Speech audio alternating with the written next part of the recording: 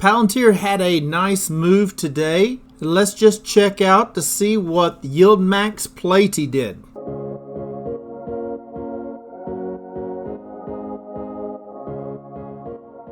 Hello my friends, this is Legend. So today we're going to look at PLTY. Why? Because they announced their distributions this week, and I thought it would be good to check out to see where it sets today, considering Palantir, which is PLTR, the underlying, had a very nice move today. So let's just slide right over to the Webull chart and check it out. Alright, so here we are on the Webull chart, and right now I've got PLTR, which is the underlying for PLTY, pulled up. And as you can see here, they had a very nice little move today. So we'll take a look at PLTR first, and then we'll check out to see what PLTY did. So as you can see, they had a very nice little green candle today. It did go up as high as 144.86 before backing off and closing at 141.41. As you can see, we are at the top of that Bollinger Band, and that could be some good times for selling calls, because when you get to the top of that Bollinger Band or at the bottom of the Bollinger Band, either one, the stock itself wants to try to move back to the center. That center line is almost like a little magnet. So if you get up too high up here, not saying that it will come back down,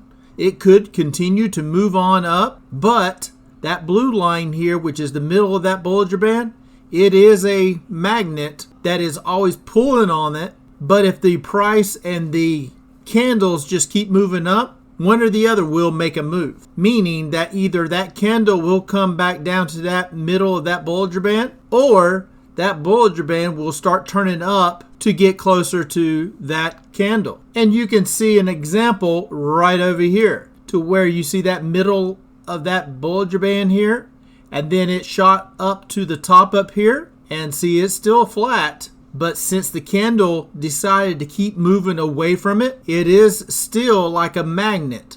It's just which one's stronger, it will pull the weaker one to it. And that is why you're seeing the midpoint of that Bollinger Band to start actually turning up. Because the candles are strong and it just keeps on moving up.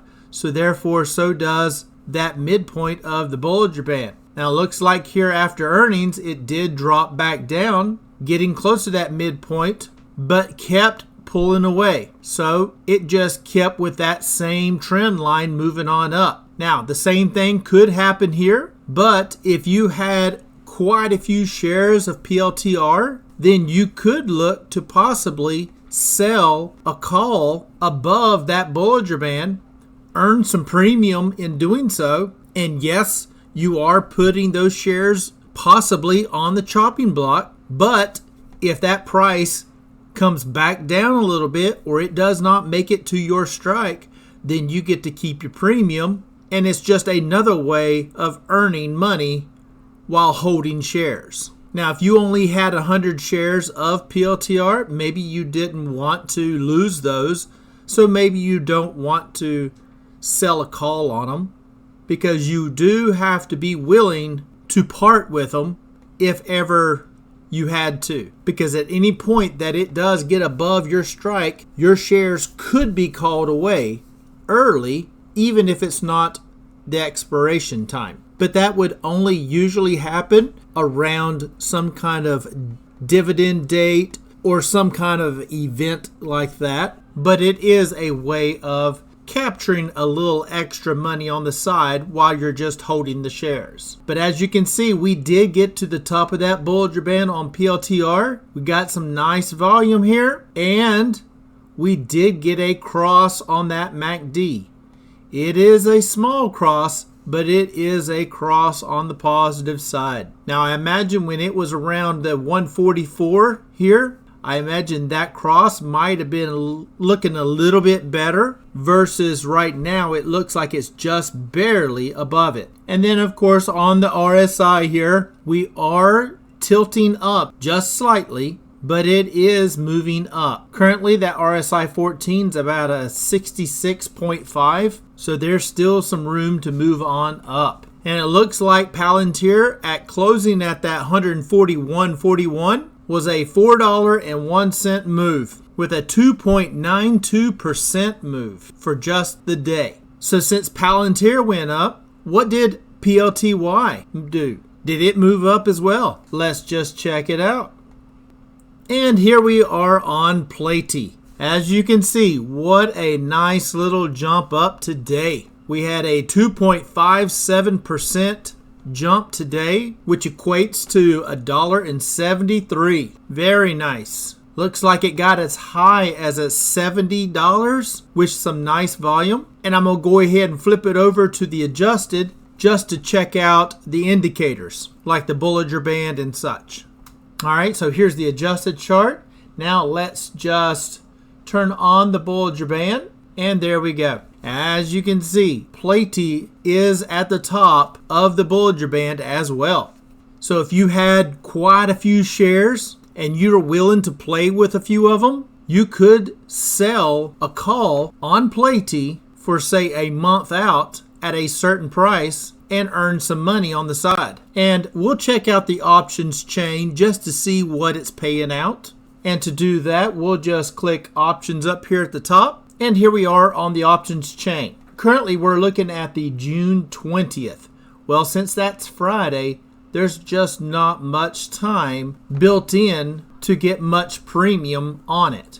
But the one thing you would have to watch out about selling a call for June the 20th would be somebody may exercise you early so that they can get the shares for the distribution that will be paying out according to any payout announcement that we would have on Wednesday. So that's one thing that you would have to be concerned with or to watch out, as you could get assigned early, especially with an expiration date on Friday. So that is possible. So what I would do is I would change the date by clicking that and going to the next month, which is July 18th. And at the July 18th, you can see there's a $70, $71, $72, and so forth. This is the call side. As you can see up here, there it says call, and this is the puts. So if we are looking to sell a call, meaning that we are willing to sell our shares at a certain price, you could go in here, select one of these, right? And say you wanted to sell a call at $72. Meaning that by July 18th, if the price is at or above the $72, then your shares could get called away, right? Not taking into account any kind of early assignment. We're just going to assume that we go all the way up to expiration date here. And for selling that call, what do you get out of it, right? You want something out of it. If you're willing to sell your shares, you want something out of it. Well, what you earn is the premium. And that premium is between these numbers here. You have the bid and the ask. And normally whenever I sell a call or I sell a put, I usually shoot for something in the middle between the bid and ask. Not saying that that's what you would be able to get out of it, but it is a good premium number to shoot for at least. So somewhere in between that, and we'll say about 85 cents. And actually, if you look right here, it'll give you the midpoint, right? It's 82 cents, so I was pretty close. And that midpoint is what I would normally try to shoot for. So if I was to sell a call at $72, meaning I am willing to sell my shares, and that would be 100 shares per contract. And each one of these would be one contract. So if you sell 2 contracts, then you are putting up 200 shares. And these are shares you own, right? But if you were to sell 1 contract, i.e. putting up 100 shares and willing to sell those 100 shares at $72, then for doing that, you will earn about $82. That's if it goes through. Sometimes you can get more. Sometimes you have to back off. But I always usually shoot for the midpoint. I just let it sit there, and if it goes through, great. And if it doesn't, I'll try again the next day. We'll say that it does go through and you just earned $82. You earn that $82 and that goes straight into your pocket. You do not have to return it. It is yours to keep and to use as you will. Now, those 100 shares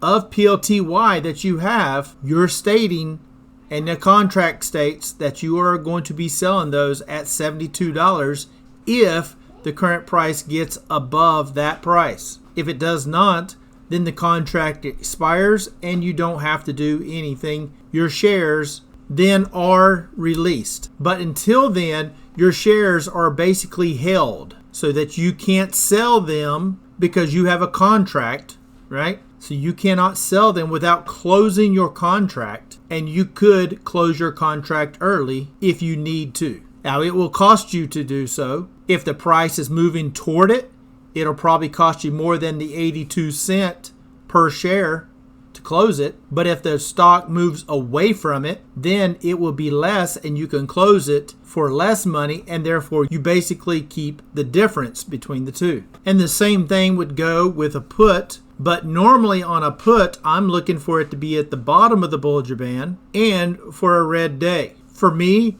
that is more safe than trying to do a put when the stock is at the top of the Bollinger Band. Because if it wants to move back down to the midpoint, and that's where my strike is, but if I sell a put stating that I'm willing to buy shares if it goes below that price, and if the price of the stock is at the bottom of the Bollinger Band and it tends to want to move toward the middle point of the Bollinger Band, then it's going to move away from it and therefore would expire worthless. Now, I know some of you are selling puts and calls on these for both PLTY and MSTY and are probably making pretty decent premium for just holding the shares. So it's not a bad gig, but you do have to be willing to allow those shares to be taken away if it did get up above your price or below your buy price.